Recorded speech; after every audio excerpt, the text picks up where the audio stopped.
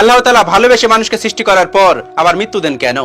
একবার মুসা আলাইহিস সালাম সরাসরি আল্লাহকে এই প্রশ্নটি করেন। তিনি বলেন, হে আল্লাহ, আপনি মানুষকে এত ভালোবেসে সৃষ্টি করার পর আবার মৃত্যু দেন কেন? আল্লাহু আকবার। এই প্রশ্নে মুসা আলাইহিস সালামকে এমন ভাবে উত্তর দিলেন যা পুরো বিশ্ববাসীর জন্য একটা শ্রেষ্ঠ শিক্ষা। বর্তমান জামানায় অনেক সংশয়বাদী এবং নাস্তিকরাও এরকম ধরনের প্রশ্ন করে থাকেন। তারা বলেন, সৃষ্টি করার পর যদি মেরেই ফেলা হয় তাহলে এত কষ্ট করে তৈরি করার আদৌ কি কোনো দরকার ছিল? এমন প্রশ্ন করে নাস্তিকেরা নিজেদেরকে বড় মহান মনে করে। কিন্তু এর উত্তর আজ থেকে 3000 বছর পূর্বে আল্লাহ তাআলা মুসা আলাইহিস সালামকে দিয়ে দিয়েছেন। মুসা আলাইহিস সালাম সরাসরি উহুদ পাহাড়ে গিয়ে আল্লাহ তাআলাকে করা জগৎ বিখ্যাত 4টি প্রশ্ন এবং আল্লাহ পাকের উত্তর আজকের এই ভিডিওটিতে আমি আপনাদেরকে জানাতে চলেছি। সর্বপ্রথম মুসা আলাইহিস সালাম আল্লাহকে প্রশ্ন করেন, আল্লাহ, আপনি নিজ হাতে দয়া করে মানুষকে বানিয়েছেন, তাহলে কেনই বা তাকে আবার মেরে ফেলেন? তখন আল্লাহ তাআলা মুসা আলাইহিস সালামকে ফসল ফলানোর আদেশ দিলেন। মুসা আলাইহিস সালাম তাই করলেন। তিনি গম ফলালেন এবং প্রচুর ফলন হলো। কিছুদিন পর যখন ফসল পেকে গেল তখন সেই ফসল থেকে দানা বের করলেন এবং খোসাগুলোকে আলাদা করে নিলেন। তখন আল্লাহ তাআলা মুসা আলাইহিস সালামকে জিজ্ঞেস করলেন, হে মুসা, তুমি নিজ হাতে ফসলগুলোকে মাটিতে লাগালে, তাহলে ফসলগুলোকে কেন কেটে ফেলছো এবং ফসল যখন কাটছো এই খোসা এবং ফসল কেন আলাদা করছো? মুসা আলাইহিস সালাম বললেন, হে মহান প্রভু, পেকে যাওয়া ফসল যদি আমি সঠিক সময় না কাটি তাহলে আমি এর থেকে দানা বের করব কিভাবে? আর খোসা থেকে গম বের না করলে দুটোই মিলে তো আমি খেতে পারবো না, এগুলোকে আলাদা করতেই হবে। তখন মহান রাব্বুল আলামিন মুসা আলাইহিস সালামকে প্রশ্ন করলেন, তোমাকে এই পদ্ধতি কে শিখিয়েছে? তখন মুসা আলাইহিস সালাম বললেন, হে আমার প্রতিপালক, আমি তো সবকিছু আপনার কাছ থেকেই শিখি। আল্লাহ তাআলা বললেন, হে মুসা, তাহলে চিন্তা করো, তোমার পালনকর্তা কেন এই পদ্ধতি ব্যবহার করবে না যা তোমাদেরকে শিখিয়ে দেওয়া হয়েছে?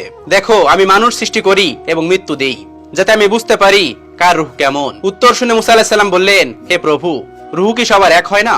আল্লাহ তাআলা বললেন, পৃথিবীতে 2 ধরনের রূহ হয়, কারোর রূহ পবিত্র আছে, আবার কেউ তার রূহকে কলুষিত করে ফেলেছে। মৃত্যুর পরে এই রূহ দেখেই আমি জান্নাত জাহান্নাম পূর্ণ করব। তুমি যেমন গম থেকে ফল এবং ভুসি আলাদা করো, একইভাবে আমি সকল অপবিত্র রূহকে পবিত্র রূহগুলো থেকে আলাদা করে ফেলবো। আর তুমি যখন সুনির্দিষ্ট সময়ে ফসল কেটে ঘরে আনো, একইভাবে মানুষের জন্মের পর নির্ধারিত সময়ে আমিও তাকে আমার কাছে ডেকে নেই। মৃত্যু তোমাদের কাছে কষ্টের কারণ হলেও এটা ন্যায়পরায়ণ, আদম সন্তানদের পুরস্কার পাওয়ার মাধ্যম এবং বদকার ও পাপিষ্ঠদের জন্য শাস্তি দেওয়ার একমাত্র পন্থা। এই একই ধরনের কথা আল্লাহ তাআলা কোরআনেও বলেছেন। সূরা মুলকে আল্লাহ তাআলা বলেন, নিঃসন্দেহে আমি জন্ম এবং মৃত্যুকে সৃষ্টি করেছি যাতে আমি দেখতে পারি কর্মক্ষেত্রে কে তোমাদের মধ্যে শ্রেষ্ঠ। তারপর মুসা আলাইহিস সালাম আল্লাহ তাআলাকে আরো কয়েকটা মূল্যবান প্রশ্ন করলেন। মুসা আলাইহিস সালাম বললেন, হে আল্লাহ, এই পুরো পৃথিবীতে আপনার কাছে মূল্যবান ব্যক্তিকে?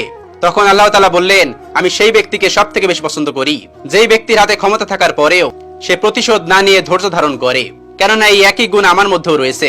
তোমরা যত পাপাচারে লিপ্ত থাকো না কেন, যদি তার প্রতিশোধ আমি সাথে সাথে দিয়ে দিতাম তাহলে পৃথিবীতে মানুষ সম্প্রদায় টিকে থাকতো না। তেমনি ভাবে মানুষের মধ্যে অনেক ক্ষমতাশালী এবং প্রভাবশালী মানুষ রয়েছে যারা ক্ষমতা থাকা সত্ত্বেও সাথে সাথে প্রতিশোধ নেয় না, বরং ধৈর্য অবলম্বন করে। আমি পৃথিবীর বুকে সেই ব্যক্তিদেরই বেশি ভালোবাসি। সুবহানাল্লাহ। এরপর মুসা আলাইহিস সালাম আবার বললেন, হে প্রভু, এই পৃথিবীর সবচেয়ে জ্ঞানী ব্যক্তিকে? আল্লাহ তাআলা উত্তর দিলেন, যার জ্ঞানের পিপাসা কখনো শেষ হয় না আর যে জ্ঞান ভর্তি করে নিজের মধ্যে রাখে না, বরং আল্লাহ সন্তুষ্টির জন্য মানুষের মধ্যে বিলিয়ে দেয়, সেই আমার কাছে শ্রেষ্ঠ জ্ঞানী। এরপর মুসা আলাইহিস সালাম আল্লাহ তাআলাকে প্রশ্ন করেন, হে আল্লাহ, এই পৃথিবীর সবচেয়ে ধনী ব্যক্তিকে? উত্তরে আল্লাহ তাআলা বলেন, সেই ব্যক্তি ধনী যার নিজের যতটুকু আছে ততটুকুতেই সব থেকে বেশি সন্তুষ্ট থাকে, অর্থাৎ প্রতিনিয়ত আরো চাই এমন না করে, বরং যা কিছু আছে তাই নিয়ে আল্লাহর দরবারে শুকরিয়া আদায় করে। সেই পৃথিবীর সবচেয়ে ধনী ব্যক্তির পাশাপাশি সুখীও বটে। প্রশ্নগুলোর উত্তর শুনে মুসা আলাইহিস সালাম আল্লাহর প্রতি কৃতজ্ঞতা আদায় করলেন, যদিও তার অন্তরে আরো একটি প্রশ্ন ছিল। তখন আল্লাহ রাব্বুল আলামিন মুসা আলাইহিস সালামকে বললেন, তোমার শেষ প্রশ্নটি তোমার মনের মধ্যে রেখে নিজেকে ঘুরপাক খাওয়াচ্ছ, সেটি বলছো না কেন?